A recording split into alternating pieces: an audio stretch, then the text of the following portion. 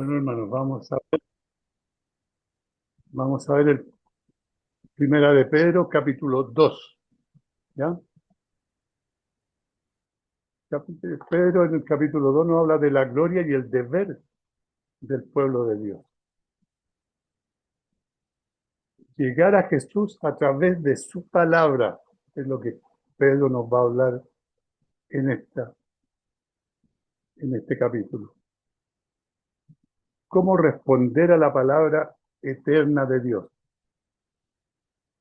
Desechando pues toda malicia, todo engaño, toda hipocresía, todas las envidias y todas las distracciones, y desead como niños recién nacidos la leche espiritual, no adulterada, para que por ella crezcáis para salvación, si es que habéis buscado la benignidad del Señor.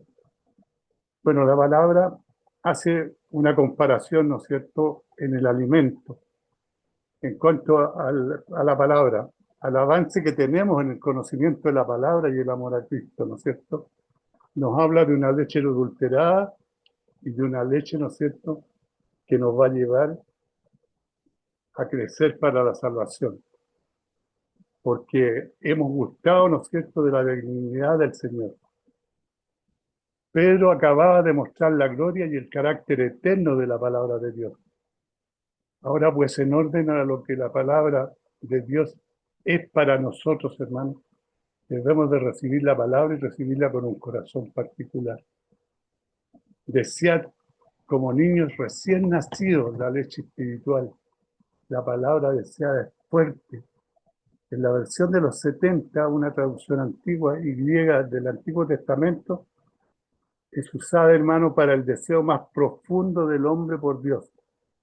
Como el ciervo brama por la corriente de las aguas, así clama por ti, oh Dios, el alma mía. El Salmo 42:1. Habla del deseo, hermano, de cada creyente, que cada creyente debería tener por la palabra de Dios. Niños, dice, niños nos dice, desead. Un bebé sano y recién nacido tiene un anhelo instintivo por la leche de su madre, cuando las cosas son como deben ser. No le tienes que decir que debe desear la leche. La falla de desear o de recibir esta leche espiritual, hermano, es la razón por la cual surgen tantos problemas en la vida cristiana individual y en las congregaciones. La condición enfermiza de tantos cristianos establece una queja lamentable del aliento con el cual se les alimenta. Al no decir nada fuerte, no reciben nada de leche, por lo tanto la iglesia de Dios se asemeja con la sala de un hospital infantil, todos tomando leche materna, para que en ella crezcáis. La palabra de Dios, hermano, es necesaria para el crecimiento del cristiano. Todos deberíamos desear la leche espiritual, todos deberíamos desear la palabra de Dios. A pesar de que Pablo, hermano, reprende a los corintios por recibir leche, en 1 Corintios 3,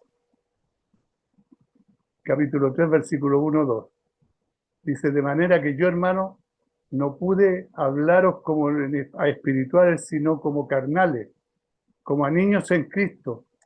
Os di de beber leche y no viandas porque aún no erais capaz ni sois capaces todavía. Eso es lo que le dice Pablo en Corintios, a los corintios. El cristiano nunca debería cansarse, hermano, de las verdades simples del Evangelio, presentadas de una manera simple. ¿Quiénes son los niños recién nacidos? En un sentido, todos lo somos. Los más avanzados entre nosotros en conocimiento y logro son en comparación a lo que serán solo unos bebés. El beber leche espiritual es probar una y otra vez cómo Él es, porque por el oír de la palabra Dios, los creyentes experimentan un gozo personal, una comunión con el mismo Señor. Nos dice, desechando pues toda malicia, todo engaño, hipocresía, envidia, y todas las detracciones. Esto describe al corazón que recibe la palabra y que crece por medio de ella. Este es un corazón humilde, honesto y dispuesto a hacer lo que la palabra de Dios dice. Detracción, detraerse. La palabra antigua griega tiene un significado más de chisme ardiente y doloroso que de lenguaje profano, hermano. Detracción. Si es que habéis gustado la benignidad del Señor, nos dice Pedro.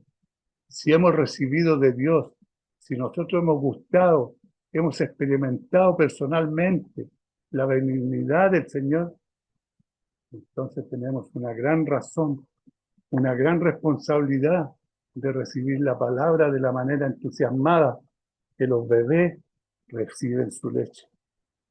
La comparación que hace Pedro.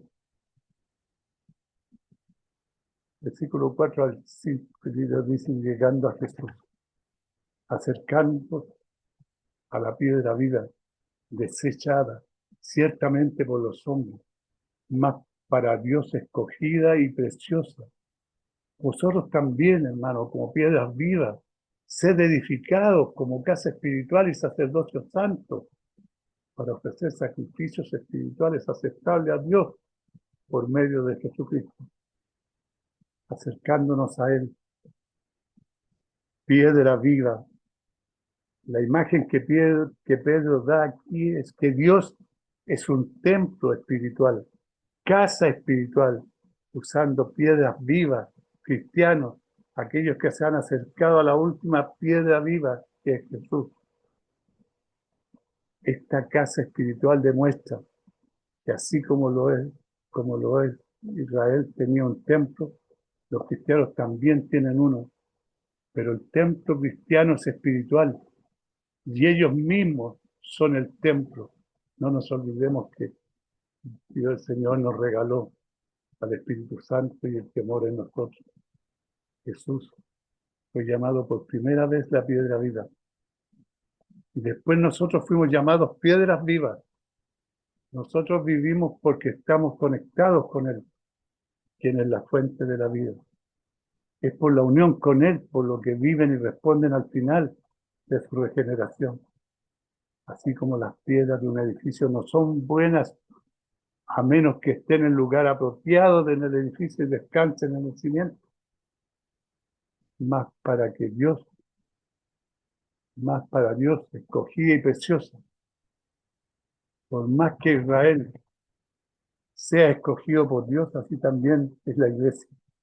Así como tenía un sacerdocio, los cristianos son sacerdocios santos, y así como tenían sacrificios, asimismo los cristianos ofrecían sacrificios espirituales aceptables a Dios.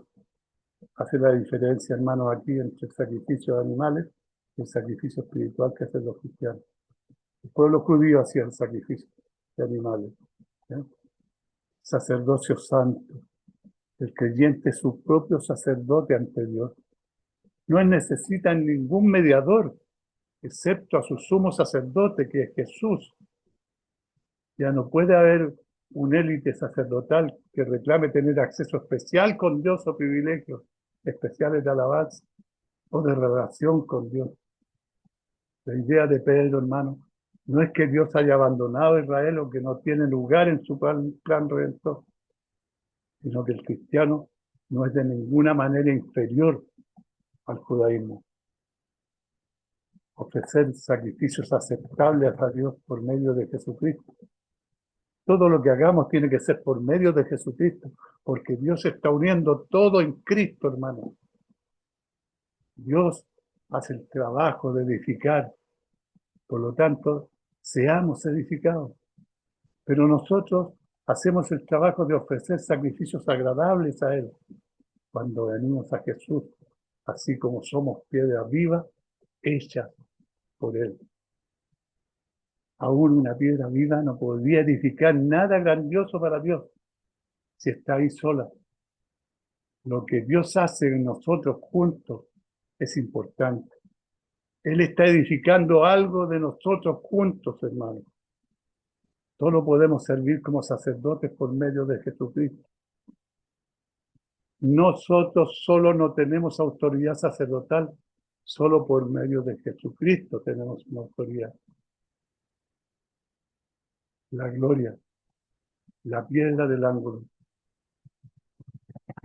Por lo cual también la Escritura, y aquí pongo a Sión, la principal piedra del ángulo escogida, preciosa, y el que creyere en él no será avergonzado, hermano. Para vosotros, pues, los que creéis, él es precioso. Pero para los que no creen, la piedra que los edificadores desecharon ha venido a ser cabeza del ángulo, piedra de tropiezo y roca para hacer caer, porque tropiezan en la palabra, siendo desobedientes, a lo cual fueron también destinados. He aquí, dice Dios, en la palabra, pongo a Sión, la principal piedra del ángulo, hermano. Si nosotros fuéramos edificados en una casa espiritual, no hay duda de quién sería nuestra piedra del ángulo. A pesar de que los hombres desecharon, ha venido a ser la piedra del ángulo en la edificación de la iglesia. Estamos hablando de Jesús. Jesús es la piedra del ángulo. En el Salmo 118, la piedra de tropiezo, es decir, en Isaías 8, piedra de fundamento, en Isaías 28, la piedra de supernatural, en Daniel 2, la piedra que le dio agua a Israel en el desierto, en 1 Corintios 10, 4, y todos bebieron la misma bebida espiritual porque bebían de la roca espiritual que los seguía, y la roca era Cristo. Para vosotros, pues, los que creéis, Él es precioso, hermano, a pesar de que esta piedra del ángulo es rechazada por la desobediencia e incrédulos, indudablemente Él es precioso. Para todo aquel que cree, una manera de saber si una persona tiene la fe bíblica verdadera es ver si Jesús es verdaderamente precioso para él. Cuando Charles Spurgeon tenía 16 años, él predicó su primer sermón en una casa de pueblo a mucha gente pobre, y para su texto escogió 1 de Pedro 2:7. Para vosotros, pues, los que creéis, Él es precioso. Dicen que él no piensa que puede haber predicado ningún otro pasaje de la Biblia. Pero Cristo, hermanos, fue precioso con mi alma, y yo estaba en el rubor de mi amor juvenil y no podía quedarme callado cuando un precioso Jesús era el tema. Esta es la predicación de su pastor. El precioso Jesús para tu alma es precioso, hermano, Jesús para nuestra alma. Recuerda tu condición, depende de la respuesta a esta pregunta. La respuesta a esta pregunta depende de nuestra condición, hermano. Creemos si Él es precioso para nosotros, pero si Él no es precioso, entonces no somos creyentes. Ya estamos condenados porque no creemos en el Hijo de Dios. Cristo es precioso intrínsecamente. Cristo es precioso positivamente. Cristo es precioso comparativamente. Cristo es precioso superlativamente, hermano. Cristo es precioso adecuadamente a la necesidad del creyente. Esto, hermano, es verdad, aunque muchas versiones pueden decir lo contrario. Por lo tanto, usted que cree en su preciosura, los que creemos en la preciosura del Señor, la declaración no es que los creyentes conocen la preciosura de Cristo, sino que la comparten. Compartimos la preciosidad de Cristo. Las cualidades de Cristo que crean su preciosura y su honor están a disposición de los creyentes, hermanos. El honor es a ti, a quien cree. El honor está en esta edificación y el tener almas salvas por medio de la sangre del Cordero y convertirse en los hijos del Dios Todopoderoso. La piedra que los edificadores desecharon, hermano, ha venido a ser la cabeza del ángulo. Y esa cabeza, esa piedra desechada es Cristo Jesús. Aquellos que rechazaron a la piedra angular, rehusando construir sobre él, se tropiezan con él en vez de ser su salvación. Jesús se convierte en una roca para que hace caer. Jesús citó este pasaje en Salmos 118, 22.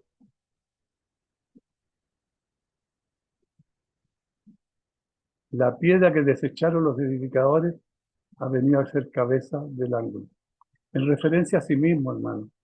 Mateo 21, 42 nos dice, Jesús le dijo, ¿nunca leíste en las Escrituras, la piedra que desecharon los edificadores ha venido a ser la cabeza del ángulo? El Señor ha hecho esto y es cosa maravillosa a nuestros ojos. Una piedra del ángulo es el punto de inicio de un edificio, hermano. Se trata de una relación, de una conexión a la piedra del ángulo. ¿Y por qué está en el ángulo? Esa misma piedra sirve como un punto de partida para dos muros, hermano. Así pues, Jesús puso el curso para que ambos, judíos y gentiles, fueran unidos para la casa, por la casa gloriosa de Dios. Esto es en sí mismo en una piedra de tropiezo y roca que hacía caer para los juicios, quienes pensaban que los gentiles no deberían tener la igualdad con los judíos para compartir la casa de Dios. En el pensamiento de muchos judíos, en ese tiempo, Dios no debería de tener un nuevo templo para ambos judíos y gentiles. Él simplemente debió haber renovado la estructura del judaísmo en ese tiempo, agregando a Jesús como el Mesías e invitando a los gentiles a esta estructura. Pero Dios hizo algo diferente, hermano, y era la piedra de tropiezo y roca que hace caer. Pero muchos judíos del primer siglo, para muchos judíos del primer siglo, fue una piedra de tropiezo la que hacía caer. Por lo tanto, estos grandes títulos de Primera de Pedro, del 9 al 10, ahora aplica a todos los creyentes judíos y gentiles por igual. A donde antes solo aplicaba a los judíos como el pueblo del pacto de Dios, solamente a ellos aplicaba. Pero ahí se tropiezan en la palabra siendo desobedientes, a lo cual fueron también destinados. Está destinado que aquellos que son desobedientes, la palabra, tropiecen con Jesús. Pero cuando Jesús habló de sí mismo como la piedra del Salmo 18, 118, 22, también habló de lo que espera a quienes lo rechazan. Y al que cayere sobre la piedra será quebrantado, y sobre quien cayere le desmenuzará. Mateo 21, 44.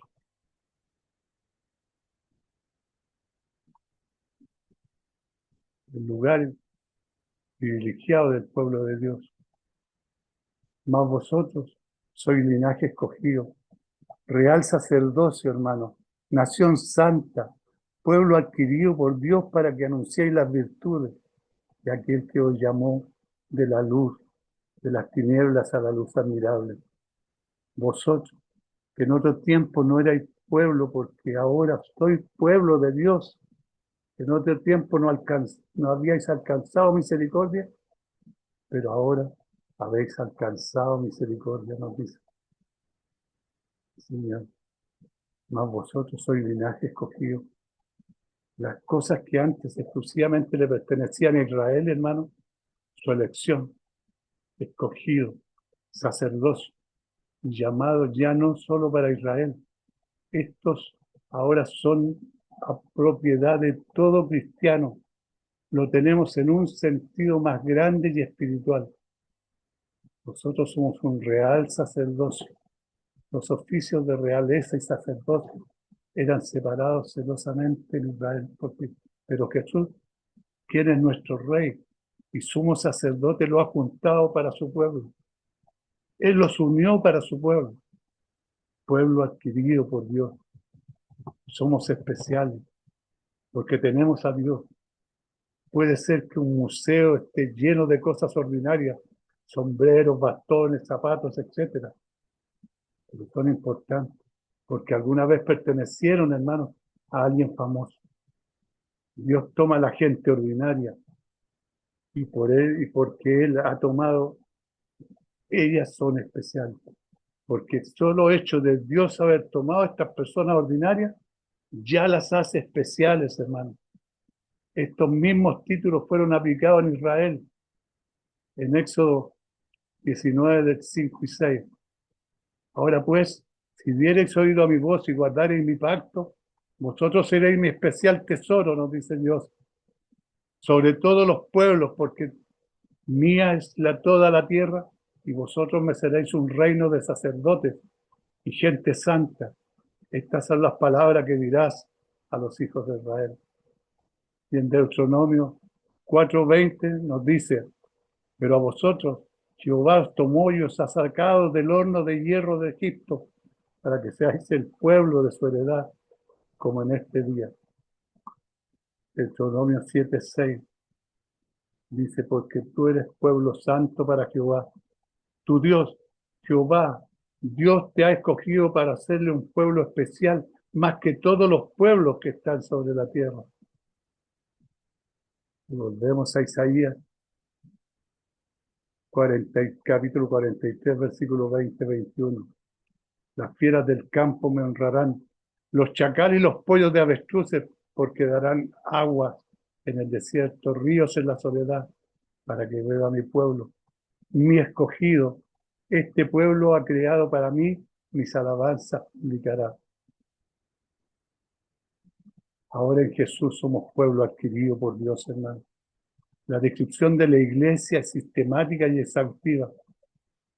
Es una carrera, y esto sugiere el principio de la vida. Es un sacerdocio, así que tiene acceso directo con Dios. Es una nación, así que está bajo su gobierno. Es una posesión, así que estamos habitados por Él. Vosotros que en otros tiempos no erais pueblo, pero que ahora sois pueblo de Dios. Nosotros estuvimos sin este privilegio, hermano, sin ni siquiera éramos un pueblo ante Dios. No habíamos visto la misericordia de Dios, pero ahora hemos alcanzado misericordia. En nuestra escritura, con cimientos cristianos, no entendemos el tremendo sentido del privilegio y alivio que llegó a los gentiles cuando se pudo compartir el nuevo pacto con el Dios de Israel. El mensaje de Pedro, hermano, es sin embargo maravilloso. Antes nos pertenecía, pero ahora perteneces a Dios y estás entre su pueblo, nos dice. ¿Para qué? Para que anunciéis las virtudes de aquel que os llamó de las tinieblas a su luz admirable. El propósito de estos privilegios, hermano, tan alto, no es para que nos llenemos de orgullo, sino para que anunciemos las virtudes de aquel quien ha hecho grandes cosas por nosotros. Y a que es verdad que como creyentes tenemos un nuevo principio de vida, linaje escogido, un nuevo acceso a Dios, real sacerdocio, un nuevo gobierno, nación santa, un nuevo dueño, pueblo adquirido por Dios. Afectará la manera en la que vive el creyente ese efecto descrito en los siguientes versículos. Cuando llegamos a Jesús debemos abstenernos de deseos carnales. Amados, yo os ruego, como extranjeros y peregrinos, que abstengáis de los deseos carnales que batallan contra el alma, manteniendo vuestra manera de vivir entre los gentiles, para que los que murmuran de vosotros como malhechores glorifiquen a Dios en el día de la visitación al considerar vuestras obras. abstengáis de los deseos carnales. Solamente nos podemos abstener de los deseos carnales cuando vivimos como extranjeros y peregrinos. Y reconocer que este mundo no es un hogar, no es su hogar, y que tienen un hogar y una ciudadanía en el cielo, en lo que tenemos que convencernos. Este no es nuestro lugar, no es nuestro hogar está en el cielo. Cristo nos prometió, Cristo murió por eso, y Cristo no miente, que batallan contra el alma. Pedro entiende que estos deseos carnales batallan contra el alma. Es una lucha permanente de la carne contra el alma. El ser cristiano, hermano, significa pelear contra los deseos carnales. Y la batalla continua mientras vivamos en estos cuerpos carnales. Va a ser continua. Es fácil para nosotros ver cómo el perseguir los deseos carnales destruyen a nuestros cuerpos físicamente. Solo preguntarle a un alcohólico acerca de una enfermedad del hígado. O preguntémosle a una persona de inmoralidad sexual acerca del SIDA. O a uno de los 350.000 personas de este planeta que contrajeron una infección sexual en las últimas 24 horas. Porque esos son más o menos los cálculos que se hacen de contagio a diario. Pero Pedro nos recuerda que los deseos carnales batallan contra el alma. Algunos escapan de alguna enfermedad en el cuerpo cuando pecan, pero la enfermedad y la muerte del hombre interno es una penalidad que nadie que se entrega a la carne escapa. Manteniendo, nos dice el Señor, no es buena vuestra manera de vivir entre los gentiles. Esta manera santa de vivir hace nuestra conducta buena entre los gentiles. Aquellos que aún no conocen a Dios, aunque podemos esperar que murmuran de vosotros como malhechores, pero pueden ser llevados a glorificar a Dios al ver nuestra buena conducta. Hermanos cristianos fueron acusados falsamente en la iglesia primitiva.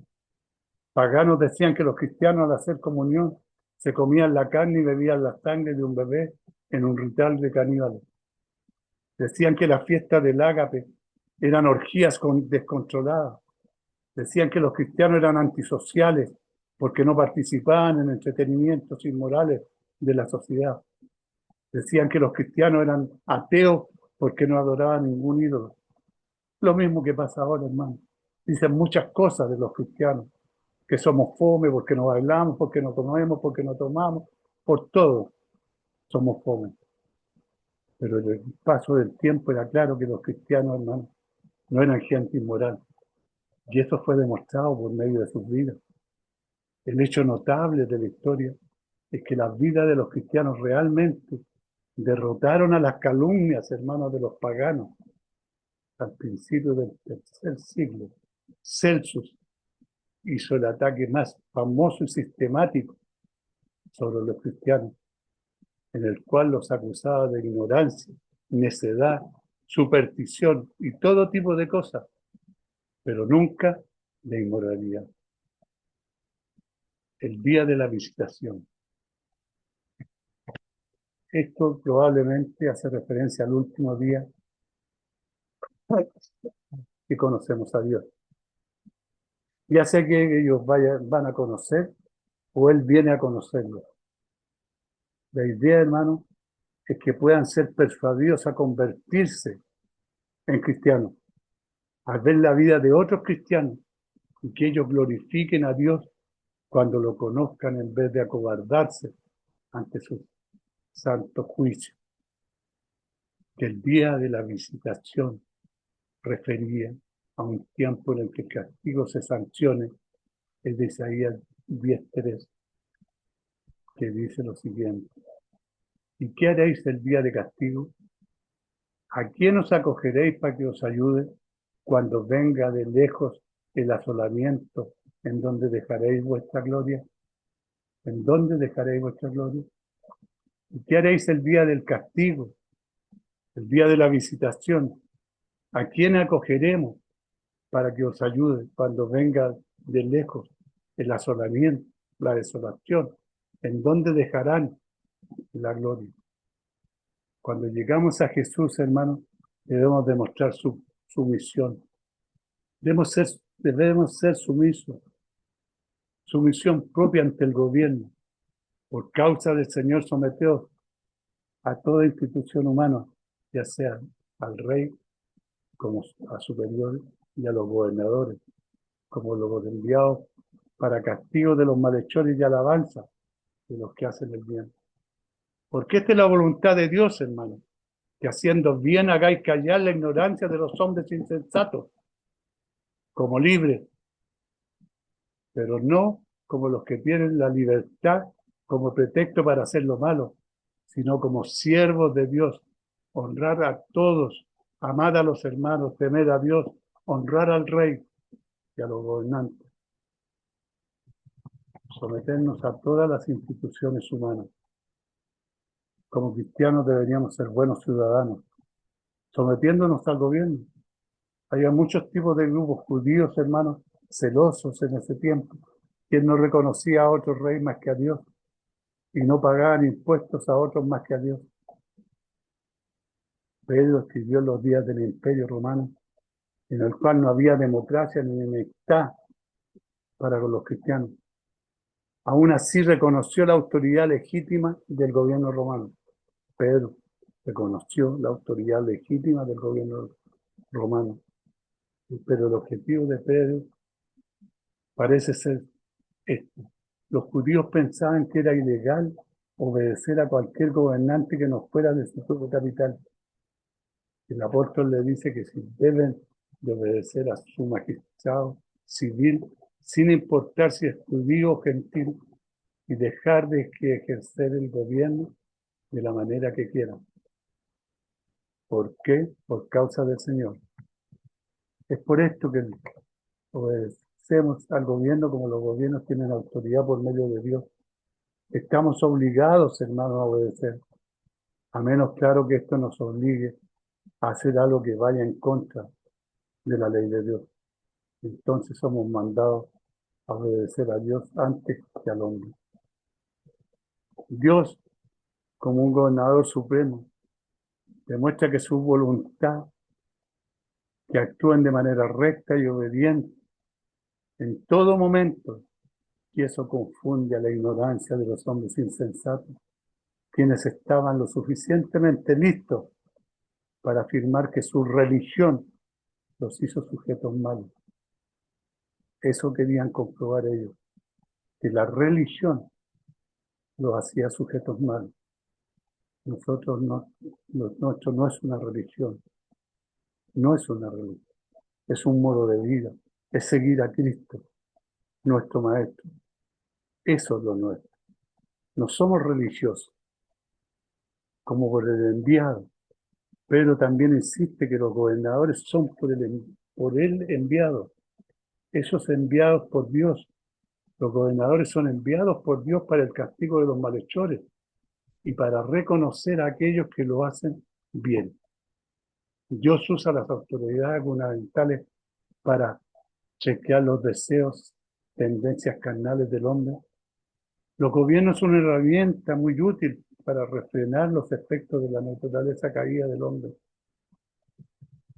La ofensa más grande que puede hacer el gobierno es no cumplir con el castigo de los malhechores o recompensar a los malhechores por medio de la corrupción. Que haciendo bien hagáis callar la ignorancia del hombre insensato. Ese es nuestro trabajo. Que haciendo el bien hagamos callar la ignorancia de los insensatos. Pedro sabe que su conducta es una manera de defender el Evangelio. Sabe que aquellos que nunca han leído la Biblia leerán nuestras vidas. Así que haciendo bien nosotros hacemos callar la ignorancia de los hombres insensatos. No como los que tienen libertad como pretexto para hacer lo malo, sino como siervos de Dios. Somos advertidos acerca de tomar la libertad que tenemos en Jesús como para excusa para pecar. En lugar de eso debemos de usar nuestra libertad en Jesús para demostrar el tipo de amor y respeto el que nos habla Pedro. Cuando llegamos a Jesús, hermano, debemos demostrar sumisión propia a nuestros empleados, sumisión propia a nuestros empleados, criados, estar sujetos con todo a vuestros amos, no solamente a los buenos y afables, sino también a los difíciles de soportar, porque esto merece aprobación. Si alguno, a causa de la conciencia delante de Dios, sufre molestias, padeciendo injustamente, puede, pues, ¿qué gloria es si pecando sois abofeteados y lo soportáis? Si haciendo lo bueno sufrís y lo soportáis, estando ciertamente desaprobados delante de Dios. Cuidado, estar sujetos con todo respeto a vuestros amos. Él mandó a someterse a los amos, no solo para aquellos que tienen amos que son buenos y afables, pero también aquellos que son difíciles de soportar. Nosotros soportamos el sufrimiento con nuestros estándares cristianos, esto aprobado ante Dios. ¡Qué gloria es! Si pecando sois abofeteados, hermanos, y lo soportáis. El ser castigado por nuestras propias maldades no tenemos gloria para nosotros. Pero cuando somos castigados por hacer lo bueno y lo soportamos con paciencia, seremos aprobados delante de Dios. Parece ser que los pobres cristianos, y especialmente aquellos que se convirtieron al cristianismo bajo la esclavitud, eran gravemente maltratados a menudo, eran abofeteados porque eran cristianos y porque no se unían a sus amos en las alabanzas idólatras. Nuestro caso, hermano, es como el de un criminal que tenía que soportar en silencio una condena por un crimen que no cometió. No sea que por mucha protesta pueda inducir una investigación sobre nuestra lista de delitos, los cuales no les serán imputados porque no les son conocidos. El ejemplo de Jesús, hermano. Pues para esto fuiste llamado, porque también Cristo padeció por nosotros, dejándonos ejemplos para que sigáis sus pisadas, hermano, para que sigamos sus pisadas, el cual nos hizo pecado, y se halló engaño en su boca, quien cuando le maldecían no respondía ni con maldición, cuando padecía no amenazaba, sino encomendaba la causa al que juzga, juntamente quien llevó él mismo nuestros pecados en su cuerpo sobre el madero, para que nosotros, estando muertos a los pecados, vivamos a la justicia, y por cuyas heridas fuiste sanados, porque nosotros éramos como ovejas descarriadas, pero ahora hemos vuelto a nuestro pastor y obispo de nuestras almas. Porque también Cristo, hermano, padeció por nosotros dejando ejemplo. Jesús es nuestro ejemplo como alguien que soportó un castigo injusto. Cuando le maldecían, Jesús no respondía con maldición, pero en su sufrimiento Él se encomendaba al Padre. Él sufrió, pero no por causa de alguna maldad que hubiera cometido o dicho. En hecho, palabra, fue inmaculada y aún así fue expuesto al sufrimiento. Espera lo mismo y cuando venga, sopórtalo con el mismo espíritu. ¿Cuál hora piensas tú en el sufrimiento del Señor desde sexto Getsemaní hasta el Gólgota? Sería la que se grabó más profundamente en la memoria de Pedro. Seguramente fue el tiempo en que fue burlado y bofeteado en el pasillo del sumo sacerdote, cuando Pedro estaba sentado y calentaba sus manos en el fuego, cuando vio a su Señor ser abusado y temía aceptar que era su discípulo. Y se atemorizó tanto, hermanos, que con lenguaje profano, él declaró: yo no conozco a ese hombre. Mientras persistía la vida, el apóstol recordaría cómo el Señor soportó el sufrimiento de una manera mansa y callada, quien llevó él mismo nuestros pecados en su cuerpo sobre el madero. El sufrimiento de Jesús, hermanos, claramente es un ejemplo para nosotros, pero mucho más que un ejemplo. También llevó él mismo nuestros pecados. Como sustituto del pecado proveyó para nuestra sanación, cuyas heridas fueron sanadas por su sangre. Claramente Pedro se refería a la cruz de Jesús cuando dijo madero, literalmente madera. Jesús llevó nuestros pecados en su cuerpo a la cruz, el madero de la cruz. Se afirma aquí para recordar constantemente a los cristianos de la gran obra de Jesús en la cruz, hermano. Y también para recordarlo, así como el sufrimiento de Jesús logró mucho, así también sus sufrimientos pueden ser usados por Dios. Para que nosotros, estando muertos a los pecados, vivamos a la justicia. Pero nos recuerda que Jesús murió en la cruz. Nosotros también estábamos muertos a los pecados. Nuestra vida ha sido cambiada permanentemente por nuestra identificación con Jesús en la cruz. Así como el apóstol Pablo describió en Romanos 6. Nosotros hemos muerto a los pecados en el sentido de que nuestras deudas de pecado y culpa fueron pagadas por medio del sacrificio de Jesús en la cruz, hermano. Cuando nosotros estábamos muertos en los pecados, con Jesús en la cruz significa que Él ha pagado nuestra deuda. No nos molestamos por deudas que ya se han pagado. Aquel quien llevó mis pecados en su cuerpo al madero, se llevó todas mis deudas y las pagó. Y ahora estoy muerto en esas deudas.